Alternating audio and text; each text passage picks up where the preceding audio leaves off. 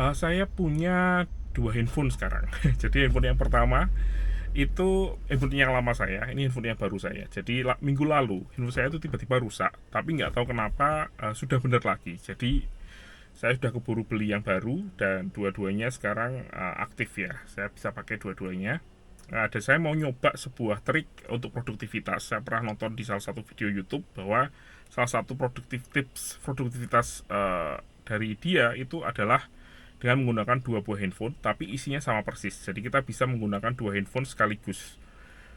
Katanya ini berguna misalnya kita mau ngerekam diri kita sendiri, kita bisa handphonenya tetap bisa dipakai untuk melihat catatan dan lain sebagainya. Misalnya kita lagi nerima telepon misalnya, handphone yang kedua juga tetap bisa digunakan untuk mengakses email dan lain sebagainya. Dan ya, saya bisa lihat bahwa ada banyak use case ya dengan menggunakan dua handphone tersebut. Tapi saya pingin nyoba sendiri. Kalau misalnya dalam seminggu ini memang benar dua handphone itu ternyata dipakai cukup enak, ya saya mungkin nggak akan jadi jual handphone yang ini. Tapi kalau misalnya saya kurang cocok dengan setup ini, ya kemungkinan besar saya akan jual handphone lama saya. Oke, kita coba aja.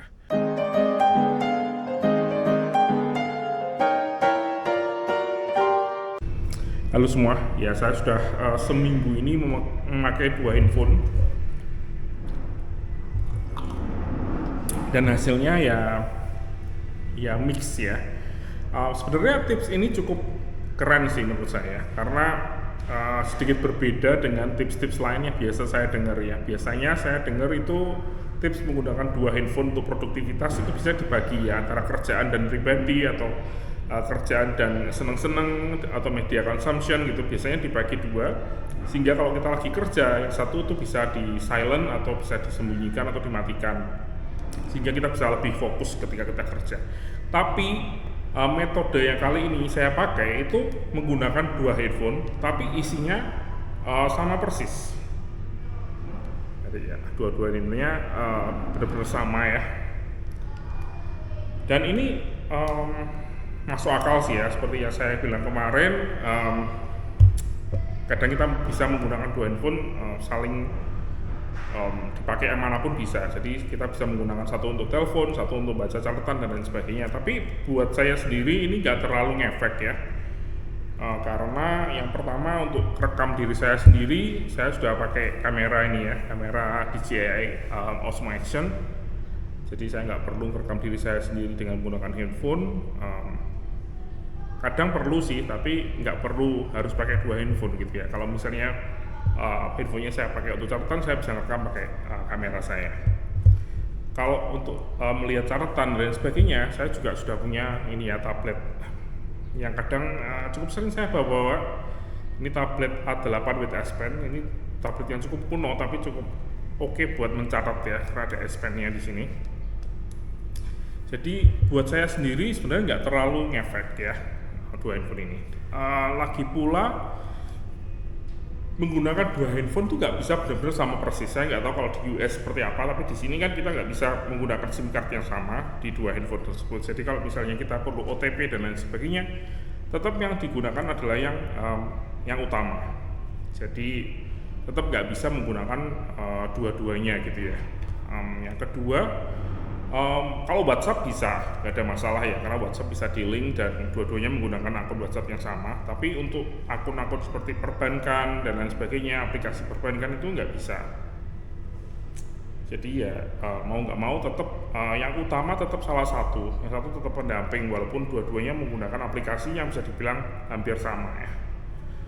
Yang bisa saya benar-benar pakai untuk benar-benar produktif itu ketika anak saya pengen minjem handphone saya buat dengerin musik gitu ya, dengerin YouTube musik atau dengerin Spotify. Dia senang sekali dengerin lagu anak-anak di sini.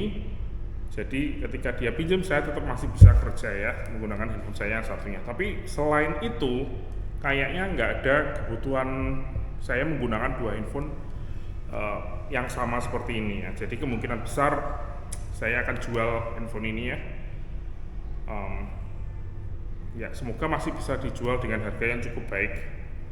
Dan saya nggak tahu, kemungkinan uangnya bisa saya tabung atau saya gunakan untuk upgrade tablet saya ini ya. Karena tablet saya ini sudah cukup tua. Saya sebenarnya beberapa bulan yang lalu tuh beli S6 uh, S6 Lite, S6 Lite dari Samsung yang saya pakai mencatat, tapi akhirnya jatuh ke tangan anak saya karena dia lebih seneng gambar-gambar di situ daripada di sini ya, karena ini terlalu kecil mungkin buat dia.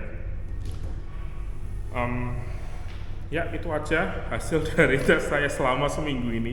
Nah, terus tenang cukup oke lah buat ini. Apalagi ini handphone M62 itu benar-benar pas sekali sebagai handphone pendamping ya. Walaupun kameranya nggak sebagus ini, tapi baterainya 7000 mAh. Jadi benar-benar bisa hidup beberapa hari gitu ya, nggak perlu dicas apalagi sebagai handphone kedua ya. Selain itu baterainya itu 7000 mAh juga bisa digunakan sebagai power bank. Jadi kita tinggal sambungkan aja kabel USB ya dan bisa ngecas device yang lainnya. Jadi cukup menarik sebenarnya. Untuk ke depan saya akan mungkin nge-review ini ya S23 FE. Menurut pendapat saya ini keren banget sih handphone ini. Ini handphone termahal yang pernah saya beli dan menurut saya sangat-sangat worth it ya untuk upgrade dari M62 ke S23 FE. Oke, terima kasih sudah menonton. Kalau ada pertanyaan bisa tulis ke kolom komentar. Sampai jumpa di video selanjutnya.